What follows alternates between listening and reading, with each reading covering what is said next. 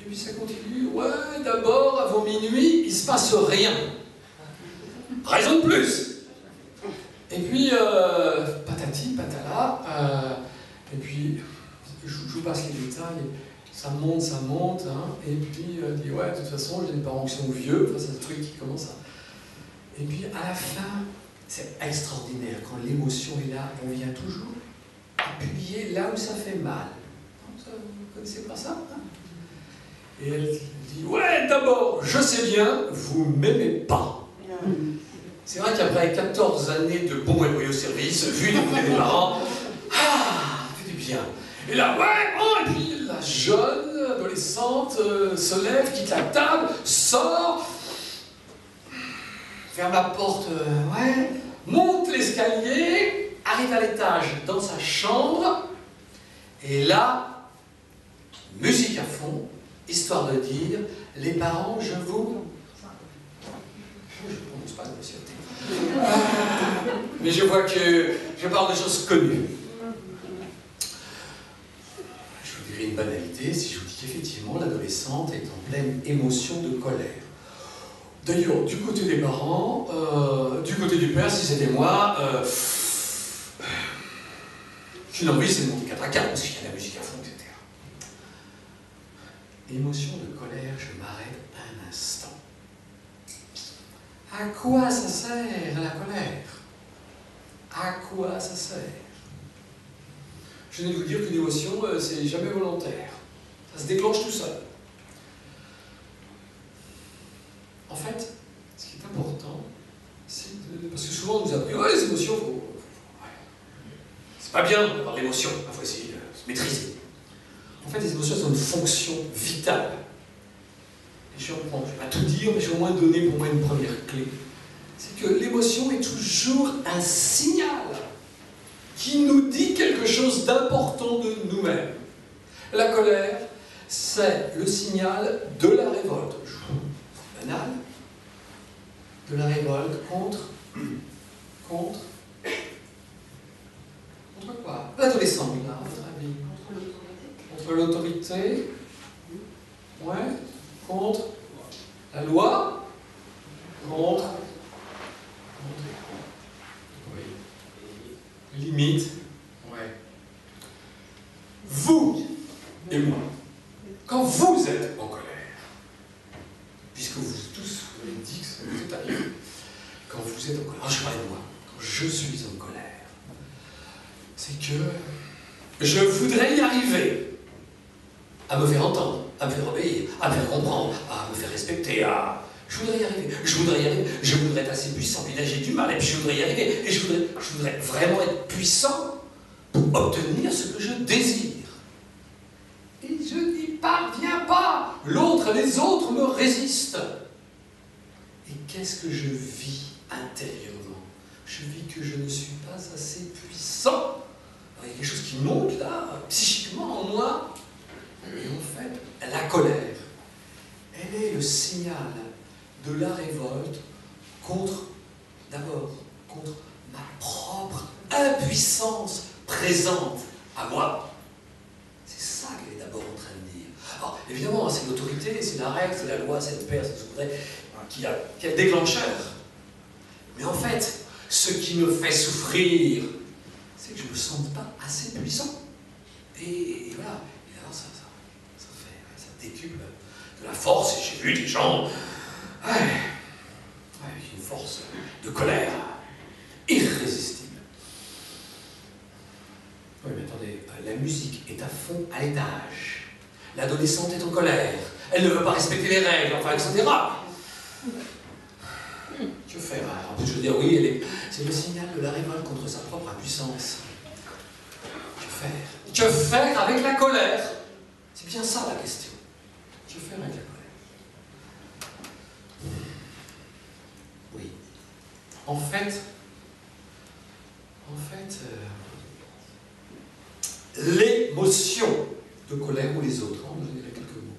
L'émotion, et je choisis bien mes mots, l'émotion a besoin d'être exprimée. Je n'ai pas dit de tout casser, attention, vous ne faites pas dire ce que je n'ai pas dit. D'être exprimée, sinon elle reste imprimé.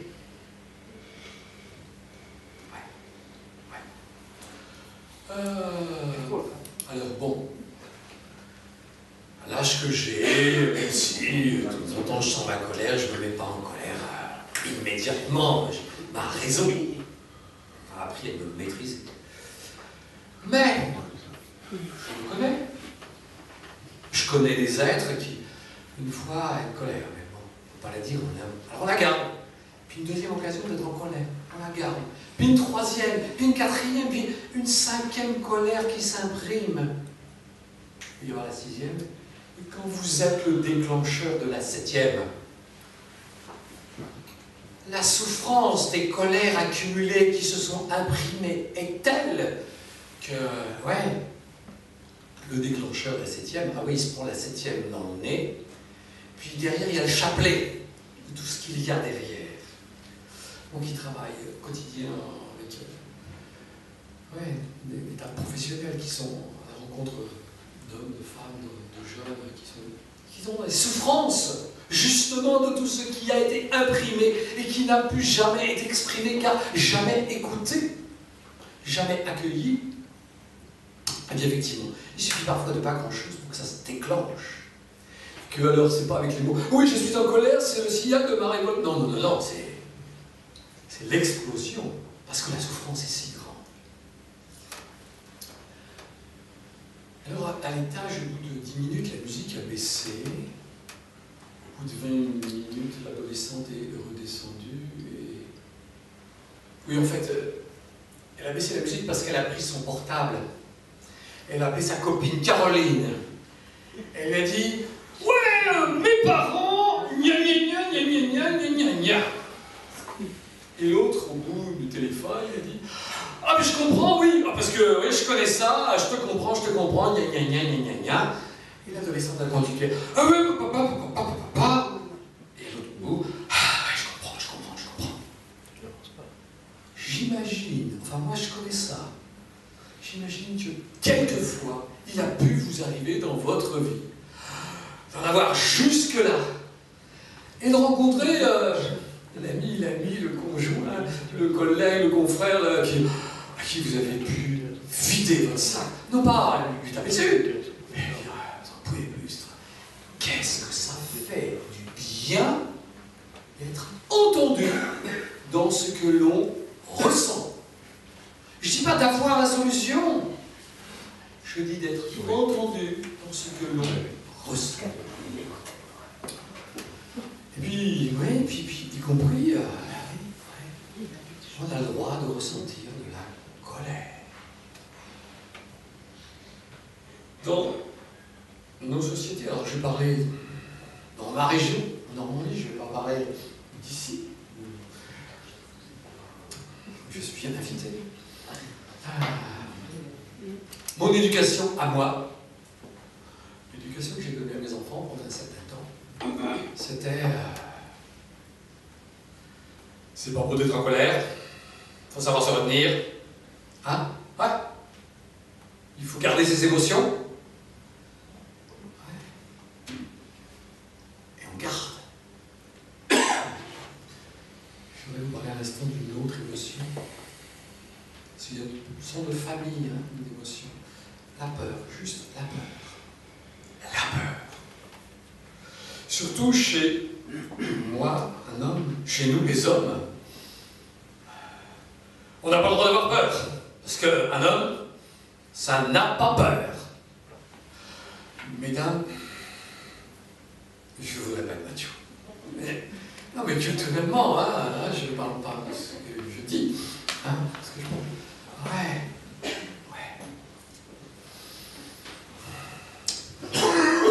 La peur, c'est une émotion qui vient nous dire quelque chose et il est important de l'entendre. La peur. La première fois, j'avais 22, bien longtemps déjà. Toute petite vingtaine d'années, la première fois que je me suis présenté devant une classe d'élèves adolescents. Et c'était... Heureusement que j'ai fait une colonie de vacances avant.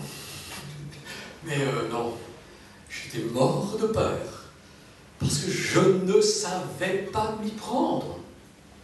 Et plus tard, dans mon métier de travailleur social, où j'ai eu affaire, la première fois, j'ai eu des gens qui sont qui sont dans la violence, et je ne savais pas m'y prendre, et j'avais peur. Ce soir, quand j'ai commencé à prendre la parole devant vous, je ne ressentais pas trop de peur, juste une petite piqûre de tract, mais je n'avais pas peur, car la peur vient nous dire, c'est le signal qui nous dit une limite de savoir-faire du moment présent. Quand j'ai peur, c'est que pour l'instant, je ne sais pas faire vis-à-vis de ce qui se présente à moi. La première fois que j'ai fait l'alpinisme, puis au bout d'un moment, on apprend à mettre les pieds où il faut. Dans la relation, c'est pareil. Il y a des choses qu'on ne sait pas faire, puis petit à petit, on apprend. À la condition d'entendre que l'on se dit qu'on a peur. Car si on n'entend pas qu'on se dit qu'on a peur, on va garder ça, puis ça va coincer. J'étais témoin pour une formation que je faisais dans un centre social de quartier. Et il y avait des personnes qui étaient à l'accueil. Puis ce centre social de quartier qui était bien difficile. Et les personnes qui étaient à l'accueil, c'est aux premières loges, avec l'accueil de ceux qui sont dans leur souffrance, et qui sont parfois dans une violence verbale, quand c'est pas dans une violence gestuelle, parce que tout vient pas assez vite. Et je pense à quelques personnes qui étaient très mal. Et leur chef leur disait, vous êtes payé pour ça. Et si vous n'êtes pas content, il y en a d'autres qui attendent à la porte. Alors, comme les situations étaient difficiles, un jour on dit, bon, on va vous mettre une sonnette d'alarme sous le bureau, vous savez, hop. Mais, une sonnette d'alarme. Et puis, avec la sonnette d'alarme, vous avez intérêt à ne pas avoir peur. Et moi, je travaillais avec elle en formation. Elles avaient la sonnette d'alarme sur laquelle elle appuyait de temps en temps. Elles avaient quand même peur. Parce que quand on n'est pas accueilli, entendu, sans être jugé dans ce qu'on ressent, eh bien ça va rester imprimé. L'enjeu avec l'émotion doit être exprimée, elle a besoin d'être accueillie sans être jugée. Et nous, les êtres humains, nous avons plein de souffrances. Parce que nos émotions, eh bien, on nous dit que c'est pas bien. Et puis, quand les émotions elles sont un peu vivantes, eh bien, on nous apprend à les rentrer, à les garder et à souffrir avec. Alors, il y a une vraie question. Une vraie question, je reviendrai plus tard. Comment est-ce qu'on fait avec l'émotion qui jaillit? Deuxième repère que je voudrais vous donner, toujours sur comprendre la violence qui est là, qui nous habite. Je parlais tout à l'heure du désir. Nous sommes des êtres de besoin et de désir. Je fais une différence entre les deux mots. Besoin. Il y a un célèbre psychosociologue, Abraham Maslow, qui fait des travaux sur les besoins. Vous connaissez peut-être la fameuse pyramide des besoins.